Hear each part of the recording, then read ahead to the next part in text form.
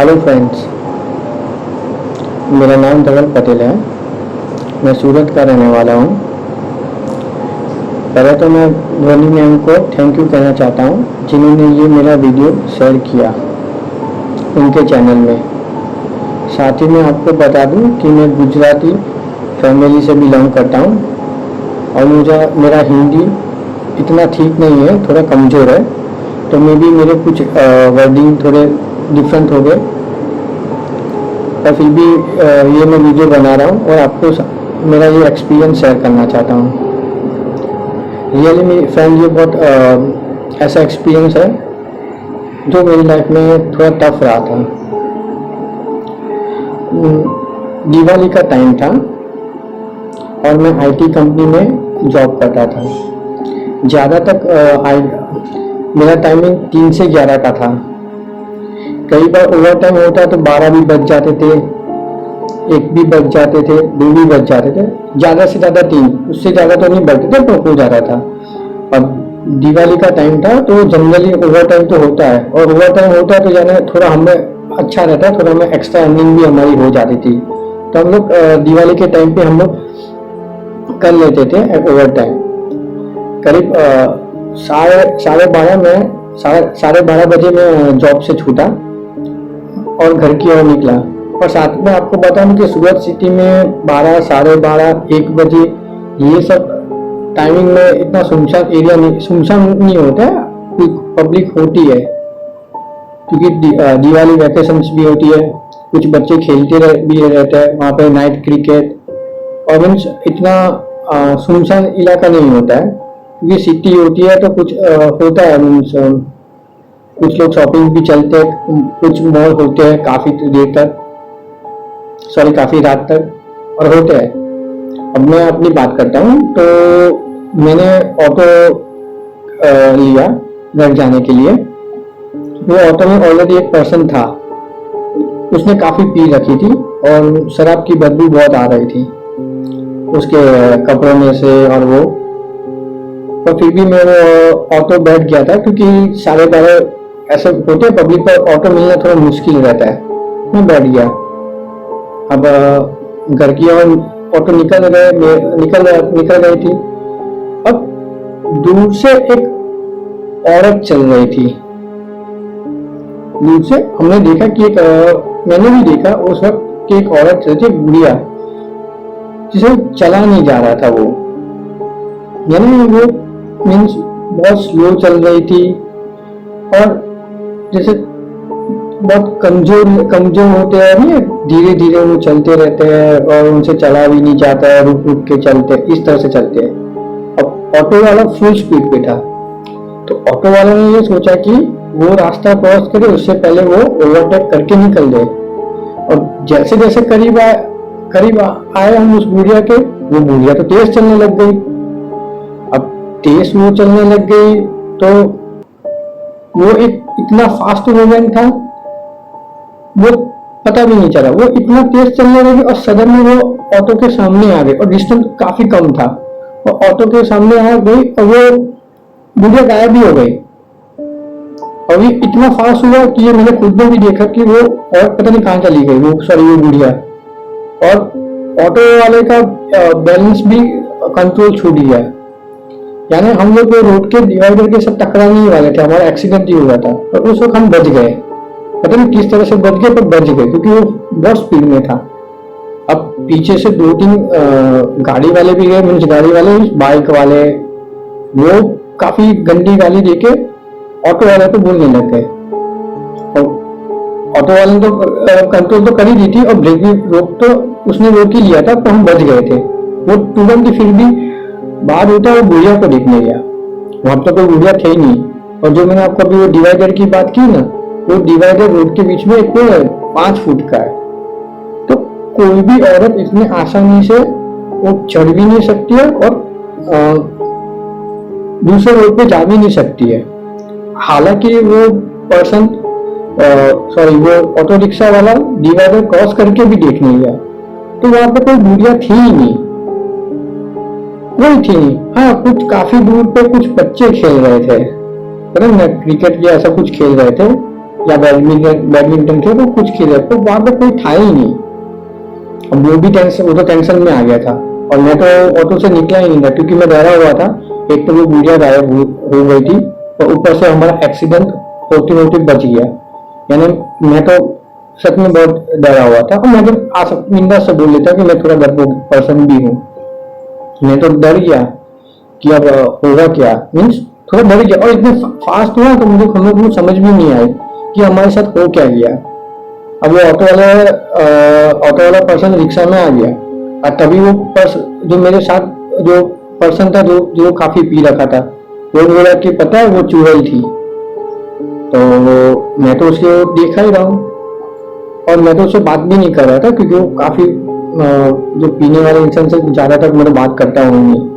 तो बोला कि वो चुड़ैल थी, बोल रहा था कि हम लोगों में से किसी का नक्षत्र बोलता है, वो पता नहीं क्या बोल रहा था, बोल रहा नक्षत्र, जिनके नक्षत्र कमजोर होते हैं ना उनको चुड़ैल आती है उनके पास, और मार भी डालती है। वो मुझे डरा, ऐसा ऐसी बातें कर रहा था। उसकी बातें सुनकर तो थोड़ा डर तो लग रहा था कि साला ये बोल क्या रहा है, एक भी इतनी काफी रात को। और फिर भी मैंने, एक तो दिमाग तो थोड़ा मेरा इम्बैलेंस तो था, और थोड़ा डरा हुआ भी था। मन तो कहा था कि पहले तो उस पीने वाले इंसान को मारूं कि तू क्या अनाप शनाप बक रहा है, मीन्स बोल रहा है। वो तो बोल ही जा रहा था कि ये चुड़ैल है, ऐसा है वैसा, नहीं पता नहीं क्या क्या बोल रहा था, उसकी कुछ गांव की भी कुछ बात कर रहा था, और मैं तो सब लोग उसकी बात को ध्यान नहीं दे रहा था क्योंकि मुझे तो डर लग रहा था।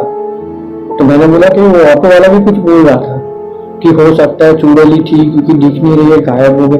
मैंने बोला कि भाई तुम हो सके तो मुझे जल्दी अपने घर पे छोड़ दो, पहले मुझे डर लग रहा है, सच बोल रहा हूँ। मैंने उनको बोला कि मुझे डर लग रहा है, प्लीज तुम मुझे पहले मुझे मेरे घर पे छोड़ दो, तुम चाहे तो थोड़ा पैसे डबल ले लो, तो मुझे तुम कैसे भी तो मुझे मेरे घर छोड़ दो पहले।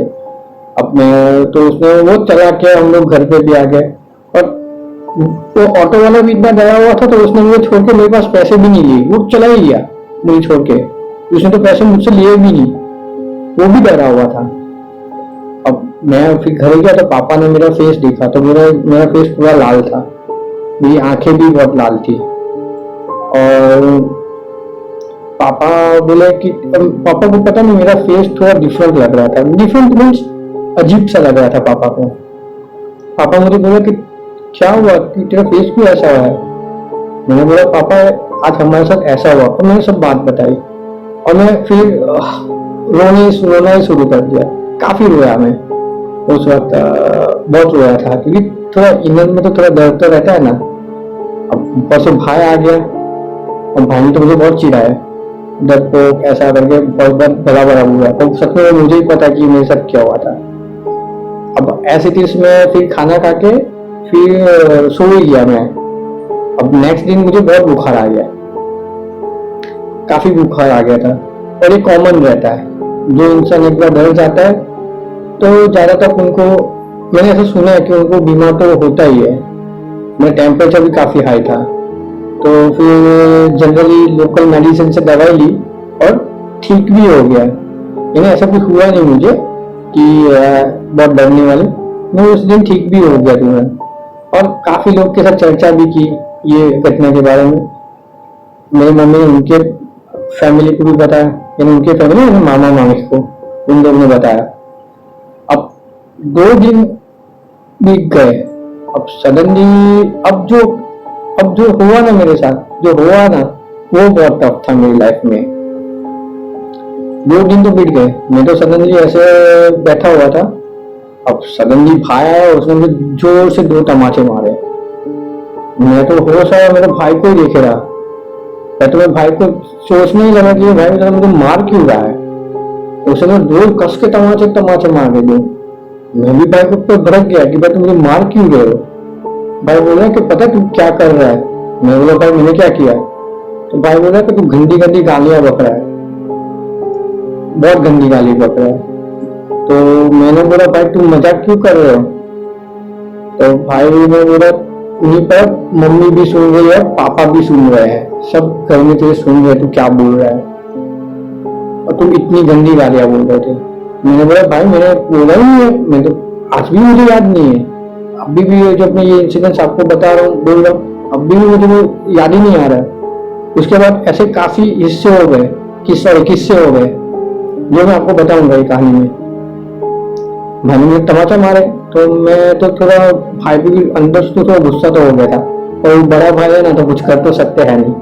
अब वो आया, मम्मी पापा भी बोले बेटा तू बहुत गंदी गालियां दे रहा है।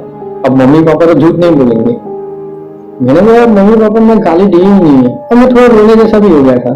अब क्योंकि मैं विश्वास ही नहीं कर रहा था। अब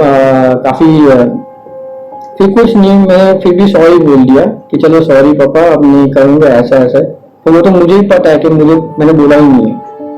अब पूरी रात मेरी यही सोचने में बीत गई कि भाई मैंने तो बोला नहीं है, ये नहीं हुआ नहीं। और फिर मेरी जॉब भी चालू हो गई थी 2-3 दिन के बाद, क्योंकि दिवाली का थोड़ा वैकेशन भी था, 1-2 दिन की, नॉट वैकेशन बट 1-2 दिन की छुट्टियां थी। अब मेरा जॉब भी चालू हो गया। अब टी ब्रेक हुआ। अब ये काफी इंटरेस्टिंग स्टोरी है भाई। टी ब्रेक हुआ, मैं चाय पीने गया, मैं काफी कुछ कलीग्स भी होंगे थे मेरे साथ वहां पे, पर मैं पहला चला गया क्योंकि ना फिर मशीन की कॉफी होती है, मीन्स चाय और कॉफी होती है, तो उसमें फिर लाइन लग जाती है। तो मैं तुरंत भाग गया, कॉफी ले ली और मैं पीने बैठ गया कॉफी। मेरे होश में और मैं यहाँ से जब कॉफी पिया, पता नहीं मुझे क्या होगा, मुझे कुछ पता ही नहीं चला। अब सडनली सबने मुझे पकड़ के रखा था और जोर जोर से चिल्ला रहे थे, जोर जोर से क्या कर रहे हो, कोई पता नहीं क्या बोल रहा है, और कोई खींच रहा है, मुझे खींच रहे थे। तो जब मुझे होश आया ना दोस्त, तो तुम लोग मानोगे नहीं, मैं खिड़की पे चढ़ा हुआ था। मेरे को ये भी इंसिडेंट है जो मुझे पता ही नहीं चला कि मैं खिड़की पे कैसे चढ़ गया था। ये मैं तो कॉफी पीने बैठा था, कॉफी पीने बैठा था। अब हो क्या गया मुझसे, मुझे भी कुछ पता नहीं, पर सब खींच रहे थे। थोड़ी सी भी बैलेंस छूटता या कोई मुझे पकड़ता नहीं, तो मैं 100% 4 माले की बिल्डिंग से मैं गिर जाता। हमारा ऑफिस 4 माले का था, तो मैं गिर ही जाता। और आपको तो पता है गिर जाने के बाद क्या हो जाता है। अब सबने मुझे उतारा वहां से, क्या कर रहे, कोई बोला सुसाइड कर रहा है, कोई बोलता ये कर रहा है। मेरे बॉस ने भी मुझे बहुत डांटा, बहुत सुनाया कि इवन कि उन्होंने मुझे जॉब से निकालने के तक का भी बोल दिया। और मैं थोड़ा वर्क में डिसिप्लिन था मेरा, तो सर ने मुझे बोला कि आप ऐसा करो या पहले ट्रीटमेंट ले लो, फिर आप ज्वाइन करो वापिस, तो पहले आप छुट्टी ले लो और ट्रीटमेंट अपना कराओ, और हो सके तो अपने फैमिली के साथ शेयर करो कि तुम क्यों मीन्स सुसाइड कर रहे हो। अब रियल में दोस्त मुझे तो पता ही नहीं था कि मैंने क्या, सच में मुझे तो ये इंसिडेंट पता ही नहीं है कि मैं कब खिड़की पे चढ़ गया था, विंडो पे चढ़ गया था। अब सब तो बोले कि तो सुसाइड ही कर रहा है, और मुझे मेरे बॉस ने मुझे बोल दिया कि तुम घर पे चले जाओ।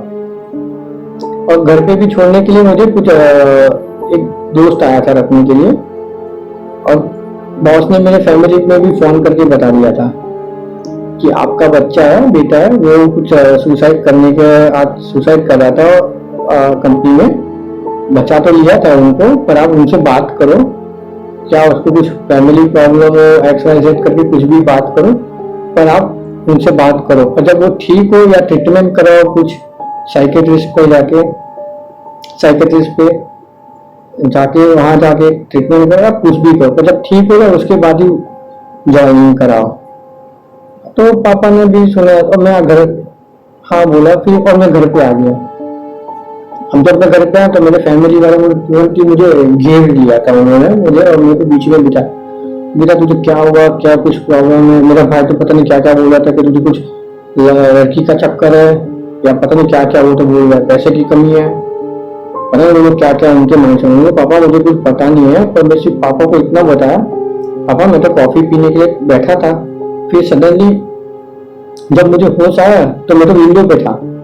अब पापा लोग मेरी बात मान ही नहीं रहे थे, उनको ऐसा लग रहा कि मैं कुछ मजाक कर रहा हूँ, मजाक नहीं, मैं मुझ कुछ छुपा रहा हूँ, क्योंकि उनको भी पता है कोई सुसाइड करने का तो कुछ मजाक तो कोई करता है, तो उनको कुछ छुपा ही रहा है।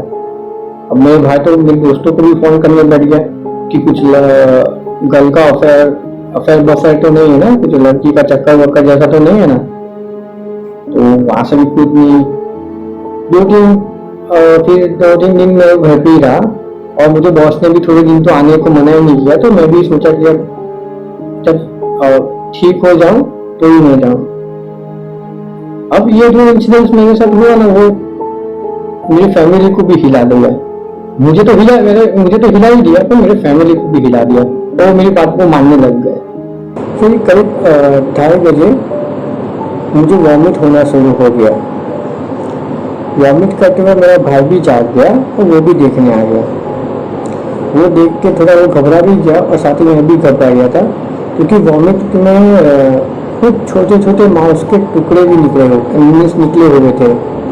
अब मैं तो टेंशन में था, भाई भी काफ़ी टेंशन में आ गया था। तो भाई ने तुरंत मम्मी पापा को जगा दिया और सब बताया।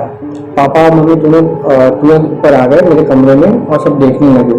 तो सच में कुछ छोटे छोटे मांस के टुकड़े भी थे, और कुछ ब्लड भी था उसमें। अब पापा ने तुरंत मुझे हॉस्पिटल ले जाने को कहा, और मुझे हॉस्पिटल लेके ही गए।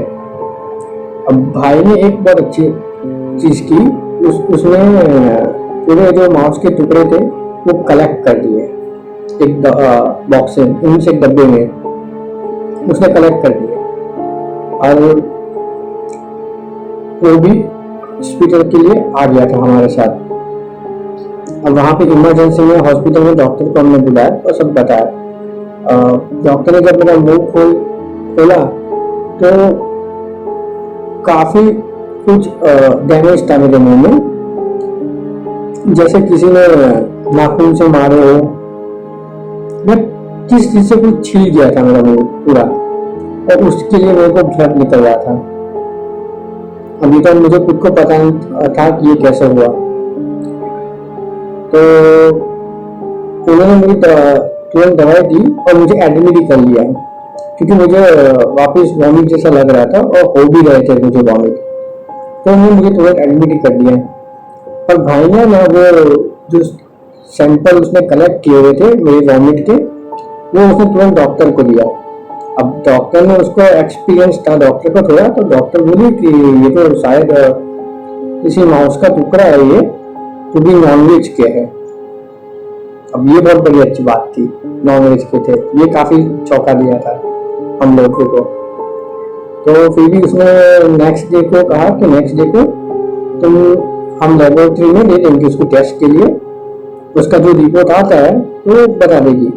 तो नेक्स्ट डे भाई ने वो सैंपल लेबोरेटरी में दे के आया। वो 6 बजे उसका रिपोर्ट चौंकाने वाला है। वो असल में वो रिपोर्ट में वो जो मांस के टुकड़े थे वो मच्छी के थे, मीन्स फिश के थे, मछली बोलते हैं अपने, उसके थे। सब चौंक गए, मैं भी चौंक गया था ये कैसे हुआ। पर मैं आपको बता देता हूँ कि मैं नॉनवेज फैमिली से बिलोंग करता हूँ, तो हमारे फ्रीजर में नॉनवेज कई बार होते हैं, तो उसमें मच्छी भी होती रहती है ज़्यादातर। अब घर पे मम्मी ने देखा तो कुछ मच्छी के पीसेस नहीं थे, मीन्स गायब थे। अब पता तो सबको चल गया कि ये मच्छी के पीसेस मैंने ही खाया है। अब मुझे तो पता था ही नहीं कि ये मैंने कब खाया। फैमिली भी अब हैरान हो गई थी कि ये क्या हो गया मेरे साथ। और आपको सच बताता हूँ कि नॉन वेजिटेरियन है उसका मतलब ये भी नहीं होता कि कुछ भी कच्चा खा लूँ। तो वो तो मेरे फैमिली को भी मेरे पर ट्रस्ट आ गया, और ये हुआ वो बहुत अच्छा हुआ कि अब मेरी फैमिली को मेरे पर ट्रस्ट आ गया। ये लास्ट 2 इंसिडेंट से वो लोग मेरा मान ही नहीं रहे थे, मेरा सुन ही नहीं रहे थे। उनको ऐसा लगा कि मैं ऐसी कुछ बात छुपा रहा हूँ। तो अब उन लोग पे मुझ पर विश्वास हो गया। ये मेरे लिए बहुत बड़ी अचीवमेंट थी। फिर उन्होंने घर पे मेरे मामा को, मामी को, मेरे अंकल को, सबको इकट्ठा किया और बताया था। और मैं हॉस्पिटल से मुझे डिस्चार्ज भी मिल चुका था, क्योंकि ऐसी तो कोई मुझे बीमारी थी नहीं, डिस्चार्ज भी हो गया था मैं। अब वो लोग सब डिस्कशन कर रहे थे, और मैं मेरे मेन दरवाजा था वहाँ सीढ़ी होती है, तो मैं वहाँ पे उदास बैठा हुआ था क्योंकि मेरे मन में बहुत टेंशन थे कि ये हो क्या रहा है मेरे साथ। अब वो एकादशी का दिन था और एकादशी के दिन पे ना हमारे वहाँ पे एक महाराज आता रहता है जस्ट दक्षिणा मांगने के लिए। कभी 5 या 10 उसको जो भी जो वो ले लेता है और उसका तो कुछ विशेष नहीं होता है। अब वो बंदा आया तो वो मुझे देखे ही जा रहा है। अब पता नहीं वो मुझे क्यों देखे जा रहा था और मैं कैजुअल ही रहा। पापा ने उसे 5 रुपए दिए तो उसे पापा को बोला मुझे आपको कुछ बताना है, तो पापा को साइड पर लेके गया। अब पापा को क्या बोला वो तो मुझे पता नहीं था उस वक्त। असल में उसने पापा को बताया था कि मुझे कुछ ऊपरी शक्ति है मेरे पे, मीन्स किसी भूत पेट का साया है मेरे में। तो पापा तो सच में उसकी बात तो मान नहीं रहे थे और सिर्फ उसको नेगलेक्ट ही कर रहे थे, पर फिर भी वो बोला कि तुम टेंशन मत लो, आप उसको मंदिर में लेके जाओ, घर के मंदिर पे मत बिठाना उसको, बाहर किसी मंदिर में लेके जाओ क्योंकि मंदिर में ना गॉड की कुछ स्थापना की होती है तो वहाँ पे पूजा पाठ अपने से ज्यादा अच्छी तरह से होती है। तो उन्होंने कहा कि तुम मंदिर पे लेके जाओ, अगर वो मंदिर में एंटर करे और वो नॉर्मल से दर्शन कर ले तो समझ लेना आपके बच्चे को कुछ नहीं है, उसको सिर्फ मेंटली कुछ बीमारी भी होगी, तब जाके तुम साइकोथेरेपिस्ट पे जाना, पर तुम एक बार तो ये कर ही लेना, उसने पापा को बोला। तो मंदिर भी हमारे घर से नजदीकी था तो पापा को एक ऐसे सोचा कि चलो नजीक भी मंदिर भी नजीक है तो ट्राई कर लेंगे और वो हिसाब से भगवान का दर्शन भी हमारा हो जाएगा। अब करीब शाम के 8 बजे हमारे यहाँ पे मंदिर होता है, वहाँ पे आरती होती है। पापा तो मुझे लेके चले गए, मम्मी भी आए थे, भाई भी आए थे। और ये बात तब उन लोगों ने मुझे नहीं बताई थी, वो तो मैं बोला अभी आपको बताया ना, तब उन लोगों ने मुझे नहीं बताई थी।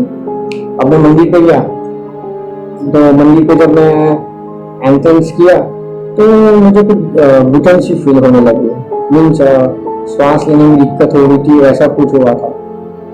अब पता नहीं क्या हुआ, मुझे कुछ पता नहीं था, पर जब मुझे होश आया, जब मीन्स मेरा ब्रेन एक्टिव हुआ, तब जाके मैंने देखा कि मेरा एक चेयर मंदिर के साथ में वो सीट होती है ना, वहां पे मैं बैठा हुआ था, मेरे बाजू में मेरी मम्मी बैठी हुई थी और लेफ्ट हैंड साइड पे मेरा भाई बैठा था और दोनों ने मुझे पकड़ के रखा हुआ था। अब मैंने उनको देखे जा रहा हूँ, वो लोग मुझे देखे जा रहे हैं, अब वो कुछ समझ ही नहीं आ रहा था मुझे। तो मैं सोचा कि ये क्या हुआ मेरे साथ, तो मैंने भाई को बोला कि भाई मुझे क्या हुआ, मुझे पता नहीं घुटन सी फील हो रही थी। अब जब मुझे होश आया तो मैं यहाँ पे क्यों बैठा हूँ। मैं काफी कुछ क्वेश्चन पूछे मेरे भाई को। भाई और मम्मी सिर्फ मुझे इतने बोली कि बेटा तुझे मंदिर में चक्कर आने लग गए थे तो तू गिर गया था, इसलिए हम लोग तुझे यहाँ पे बिठा रहे हैं। तो मुझे भी ऐसा लगा क्योंकि मुझे भी ऐसा लगा कि ये शायद बात सच हो, क्योंकि उस दौरान मैंने अपना 10 किलो वेट मेरा कम हो गया था। मेरा 55 केजी से मैं 45 केजी हो गया था उस 10 दिन में, 10 या 14 दिन में मेरा 10 किलो कम हो गया था। तो मुझे ऐसा लगा कि नहीं, हाँ मेरी इसलिए कुछ कमजोरी भी होगी क्योंकि मैं बीमार भी रहता था। अब पापा आए और तुरंत बोले कि कल हमको मॉर्निंग में ट्रिप पे जाना है, सहारनपुर जाना है। अब मुझे पता नहीं चला कि सहारनपुर पापा अभी क्यों जाने की बात कर रहे हैं, क्योंकि मेरी तबीयत ठीक है नहीं और वो सडनली सहारनपुर जाने की बात कर रहे हैं। मुझे कुछ नॉलेज था ही नहीं। पापा को बोला कि हमको सहारनपुर पहुंचना है, वहाँ पे अर्जेंट उनको कुछ काम है, पापा को सुबह 4 बजे को निकल जाना पड़ेगा क्योंकि यहाँ से कुछ 5-6 घंटे का ही रास्ता है मेरे वहाँ से, 4 या 5 घंटे एग्जैक्ट में मुझे नहीं पता है क्योंकि ज़्यादातर मैं ट्रैवलिंग करता हूँ, मुझे नंबर्स ऑफ आवर काउंट करने में कोई इंटरेस्ट नहीं है। अब मैंने सोचा कि पापा को भी क्या हो गया, अभी जाना है, तो मैंने पापा को बोला पापा मुझे नहीं जाना है। तो पापा को तुझे आना ही पड़ेगा, सब फैमिली को वहाँ जाना पड़ेगा, सबके लिए मैंडेटरी है, सबको आना ही पड़ेगा। तो मैंने कहा कि ठीक है पापा, और मान भी गया मैं, और मुझे भी ऐसा लगा कि थोड़ा मेरे माइंड को फ्री रिलैक्सेशन हो जाएगा। और मैं तो सो भी गया करीब 3 बजे मम्मी ने जगाया मुझे और हम 4 बजे ऐसे टाइम निकल ही गए सहारनपुर के लिए। रास्ते में मुझे ऐसा कुछ हुआ तो नहीं, पर पूरे रास्ते में मुझे कुछ अजीब ही फीलिंग्स हो रही थी। अजीब फीलिंग्स है, जैसे बदन टूट रहा है, थोड़ा सर दर्द हो रहा है, कुछ जलन हो रही है, जैसे कुछ मेरे आजू बाजू में कुछ जल रहा हो, तो जो गर्माहट होती है वो सब हो रहा था। मुझे अजीब अजीब फीलिंग हो रहा था। बाकी ऐसा कुछ हो नहीं रहा था जिससे कि मैं आपको कुछ बोलूँ और आप डर जाओ, बाकी ऐसा कुछ नहीं हुआ था। पर जैसे सहारनपुर पहुंचे तो पापा तो कोई मंदिर लेके गए थे। सहारनपुर में कुछ मंदिर है, कुछ हनुमान जी का मंदिर है, तो मुझे वहां लेके गए। अब मुझे तो इतना नॉलेज नहीं था उस मंदिर का, उस मंदिर में एक्चुअली में होता क्या है। अब मैं तो ऐसे कि हो गया, पापा बोल रहे मंदिर और दर्शन कर ही लेता हूँ, तो मैंने भी दर्शन करने के लिए हम लोग चले गए। अब पापा पता नहीं मेरे से अलग ही रह रहे थे और मेरे साथ मम्मी और भाई मेरे को पकड़ के ही रह रहे थे। अब मुझे पता नहीं चला कि ये मुझे क्यों पकड़ के बैठे हैं। अब मुझे कुछ पता उस वक्त था भी नहीं। तो पापा फिर आए और मुझे एक मंदिर के थोड़े अंदर एक कुंड है, वहां पे कुछ पानी का घेरा है। कहते हैं कि वहां पे हनुमान जी नहाए थे या क्या थे, वो उसका मुझे इतना डिटेल पता है नहीं। तो एक कुंड था, तो एक पंडित आके सिर्फ उसने मुझे लेके गए और मुझे बोला कि तुम इसमें डुबकी मार के नहाओ। मैं समझ गया कि मुझे ही क्यों अकेले को बोल रहा है। और मैं तो फिर जनरली कुछ रिलीजियस प्लेसेस होता है तो वहां पर मैं ना ऐसा तो कुछ करता नहीं, मैं कर ही लेता हूँ, ये रिलीजियस प्लेस है। मैंने डुबकी मार दी। अब यहाँ से मुझे कुछ याद नहीं, सच में अब मुझे यहाँ से कुछ याद नहीं। अब सडनली मुझे ताली की आवाज आई, जैसे इस तरह से ताली हुई ना, तो ताली की आवाज आई मेरे को। तो मैं चौंका, तो मैं देखा तो मैं तो कहीं और पे था। एक बहुत बड़ा सा कहीं और यानी मतलब कोई दूसरी जगह पे उस मंदिर के एरिया में था। तो एक बहुत बड़ा सा हॉल था और मैं एक स्टेज पे था और वहां पे एक पर्सन था, एक महाराज थे और साथ में मेरी मम्मी भी थी। और मैंने देखा वहां पे बहुत सारे आए थे, बहुत जन लोग थे। कुछ अजीब अजीब कर रहे थे, कोई कुछ चिल्ला रहा था, कोई अपने बाल ऐसे करके घुमा रहे थे, कुछ अलग अलग अंदाज कर रहे थे। मुझे तो समझ ही नहीं आती कि मेरे साथ भी क्या हो रहा है और कुछ उन लोगों को भी क्या हो रहा है। महाराज ने फिर मुझे ना कुछ पानी पीने को बोला, मैंने पानी भी पी लिया और मम्मी को भी कुछ उन्होंने एक छोटे से बॉटल में पानी पी ली और बोला कि उसको 1 हफ्ते तक पिलाओ।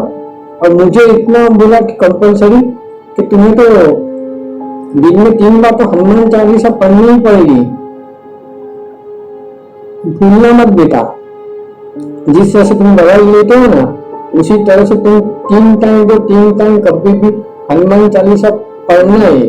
और अगर तुम नहीं पढ़ पाओ तो एटलीस्ट एक बार सुन तो लेना, क्योंकि अभी तो मोबाइल का जमाना है, इंटरनेट का जमाना है, तो सुनना तो भूलना तो नहीं। ये तेरे लिए बहुत ऐसे समझो कि एक मेडिसिन ही है। अब मैंने तो हाँ बोल दिया, ये क्योंकि उस वक्त मुझे भी कुछ पता नहीं, मैंने हाँ बोल दिया सब कुछ और बाहर निकल गया। पर पता नहीं मुझे उस जगह के बाद, उस मंदिर के बाद, दर्शन के बाद इतना एक हल्का सा महसूस हुआ बॉडी में, एक माइंड फ्री हो गया मुझे। पता नहीं एक पॉजिटिविटी आ गई मेरे ब्रेन में, पॉजिटिविटी आ गया, कुछ कॉन्फिडेंस आ गया मेरे में। अब क्यों आया, कैसा, कहां से, तो मुझे बहुत बेटर फील होने लग गया था उस वक्त। फिर हम रिटर्न में घर के पास निकल गए, तो फिर पापा ने मुझे कहा था कि असल मैंने पापा को पूछा कि पापा ये जगह कौन सी है, ये है क्या यहाँ पे, मुझे क्यों ऐसा, मेरे साथ क्यों ऐसा ट्रीट किया सबने। और वहां पे कुछ लोग थे अजीब अजीब हरकत के, तो वो लोग सब कौन थे। तब पापा ने मुझे बताया कि बेटा जिस दिन 15 दिन पहले जब चुड़ैल थी ना, जिस दिन तुझे दिखी थी, उसका साया तेरे पे पड़ गया था, इसलिए तो बीच बीच में कई बार है ना उसका प्रभाव जब ज्यादा पड़ता था ना, इसलिए तो बीच में अनयूजुअल हरकतें करता था जो तुझे खुद को पता नहीं चलने देता और वो तुझे वो मार डालती है।